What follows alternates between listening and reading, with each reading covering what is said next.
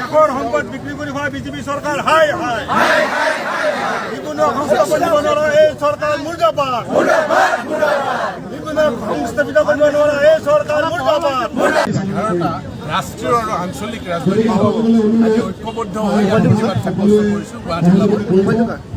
আমাৰ দাবী দুটা হ'ল, মূল দাবী দুটা হ'ল যে গুৱাহাটীৰ মাজমজিয়াৰ 58 বিঘা মাটি আৰু ৰেলৱেৰ মতে 26 বিঘা মাটি তিনিজন বহিৰাগত বনিয়াৰ হাতত পানীৰ দামত তুলি দিয়া হৈছে। ৰেলৱেক কাম কৰিবলৈ দিয়া মাটি ৰেলৱে দি দিয়া বুলি কৈছে। মুখ্যমন্ত্ৰীয়ে কৈছে যে মই নাজানো। এইটো আমাৰ প্ৰথম দাবী যে অসমৰ মাটি অসমৰ মুখ্যমন্ত্ৰীয়ে নাজানো বুলি কৈছে। অসমৰ নিবনুৱা সংস্থাপন হোৱা নাই, তাৰপিছত বিদেশী বহিৰাগত বনিয়াৰ হাতত 26 বিঘা মাটিও তুলি দিয়াটো আমি প্ৰতিবাদ কৰিছোঁ। এইটো কোনো কাৰণতে আমি মানি নলওঁ, অসম্ভৱ কথা। এইটো আমি কেতিয়াও মানি ল'ব নোৱাৰোঁ।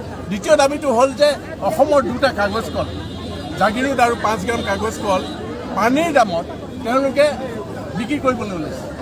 যিটো তেওঁৰ মূল্যমান ঠিক কৰিছিলে তাতকৈ কমাই আহি এতিয়া 314 কোটি নে 317 কোটি টকাত দুটা বহিৰাগত প্ৰতিষ্ঠানক তেওঁলোকে চমজাই দিব খুজিছে। আচলতে ইয়াৰ আঁৰত কোনোবা চাহৰ নাম ওলাইছে।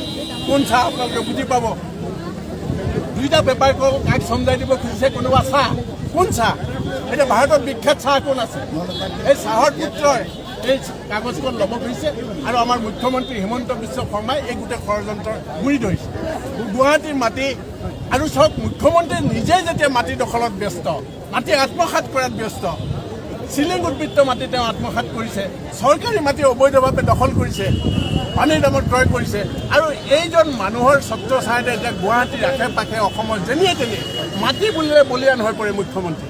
গতিকে এইবিলাক কথাৰ আমি প্ৰতিবাদ কৰিছোঁ আৰু আমি এটা 11টা ৰাজনৈতিক দলে যৌথভাৱে ইয়াৰ বিৰুদ্ধে প্ৰতিবাদ সাব্যস্ত কৰিবলৈ ওলাই আহিছোঁ। আমাৰ ইয়াৰ প্ৰথম কাৰ্যসূচী আজি। ইয়াৰ পিছত পৰ্যায়ক্ৰমে আমি বিভিন্ন কাৰ্যসূচী গ্ৰহণ কৰিম আৰু অন্যান্য ইছ্যুটো আমাৰ যেতিয়া ভ্ৰমণ যিবিলাক ইছ্যু মোৰ সৈতে থাকিব সকলো আমি ঐক্যবদ্ধ হৈ আগবাঢ়ি যাম। আমি বিজেপি চৰকাৰক অসমৰ পৰা যেতিয়ালৈকে উৎখাত কৰিব নোৱাৰোঁ আমি উমৈহতীয়াভাৱে এইদৰে কাৰ্যসূচী গ্ৰহণ কৰিম।